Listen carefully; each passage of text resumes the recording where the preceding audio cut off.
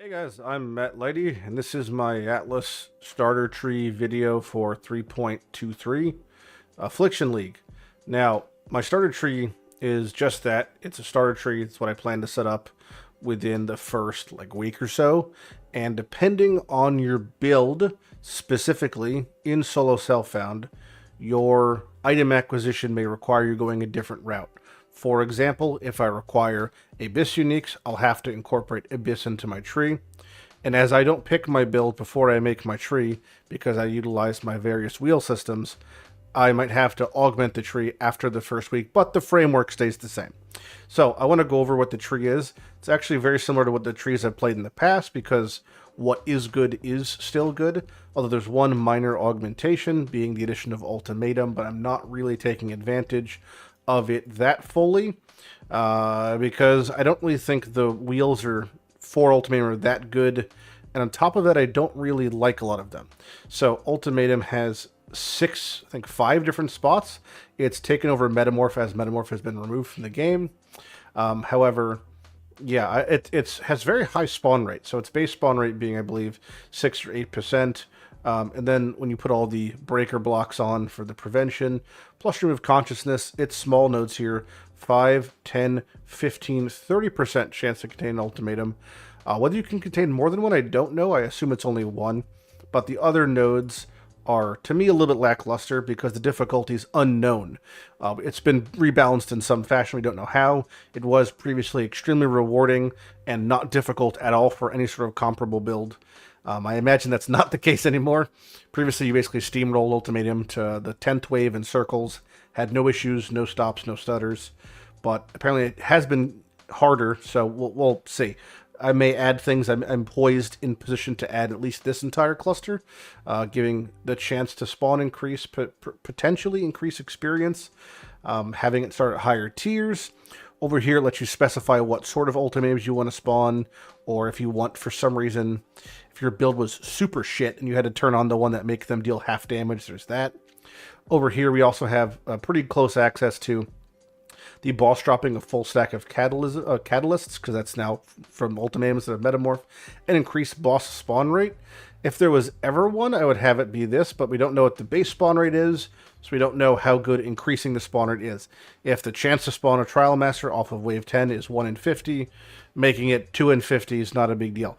If it is 5 in 50, and this makes it 10 in 50, that is a better, more value, because depending on how it scales up, it might be more realistically better, but we don't know yet. This one has the inscribed ultimatum stuff. I don't really like that. And this one says you can't get a boss, but you get more rounds. I don't really like that either. So I think we're just going to stick with the basics that's there. Now, aside from that, our tree typically has shrines, boxes, and harbinger, and map focusing. Why? Because those are the good catch-all mechanics that give you experience, that have low difficulty, low chance of death, high output of general items. They're all in-map, easy clickable, go-through things, right? Harbingers, blow the pack up, move on. Boxes, click it, kill it, move on. Shrines, blow them up, move on, get buffs, right? Great things, great for helping advance your Atlas. I also have on here, as I often have, just Exiled Will and Ruckus. Doesn't make it too difficult. I don't want to, put on the stuff to make it go crazy. I just like those two. I've just been discorded. It's Shelby. It's my wife. She wants me to share the Disney Plus password. I'm a married man now. Sometimes your wife has to message you about Disney Plus passwords. This is part of being married. I digress. So we have Seance is cracked still. Would recommend always. Best 4 points in the game. Really adds a lot of value to your maps. Ruckus, Exiled Will is the same kind of thing. Especially when you have Extreme on, it gives you your base chance of exiles. Exiles also being 3 chaos for 3 exiles on the map. Very, very good value. I pick up all of the map nodes. I really like them for beginning, sustain, and progression. I like the quantity iron nodes, and I love the top hat of the increased effect of non-unique maps. On top of that, the only thing I really get is Destructive Play. Destructive Play is fucking amazing. I love it so much. They just fixed a bug that occurred where if you were to blow up the boss, it wouldn't do the 3 extra bosses. It's that they fixed that now, so you could walk up to the boss, shit down its throat, and you'll still get your bosses. Destructive Play is great. Only caveat, you have to do Maven. I understand in Trade League, especially, Wrath of the Cosmos, very, very strong. Eldritch Gaze, very, very good also. Eater Exarch, very good, but I love myself some Maven, so keeping that bad boy on there. So the lab wheel we had to add because the new gems, transfigured gems, are all locked behind lab. I want to have as many lab trials as possible for offerings. I need to have as many offerings as possible, and mostly I want to have the chance to get improved offerings, because I imagine Gift of the Goddess, one of the 3 improved offerings, probably does something very good, as in gives you 6 different chances to use transfigure gems, but I don't know because they don't tell us shit. So here we are. I'm just assuming that's the case. So I imagine Trial of Glory is very, very good. But yeah, that's the gist of my my Atlas setup here. I always keep Heist unlocked because solo cell phone, you might have to heist. Still want to get rogue markers, can't block it off.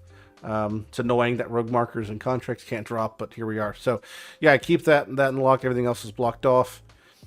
Strong boxes, shrines, a little bit of Ultimatum, Harbinger, super, super good. Stream of Consciousness, do a little warp gate set up there, saved me, I think, 2 points.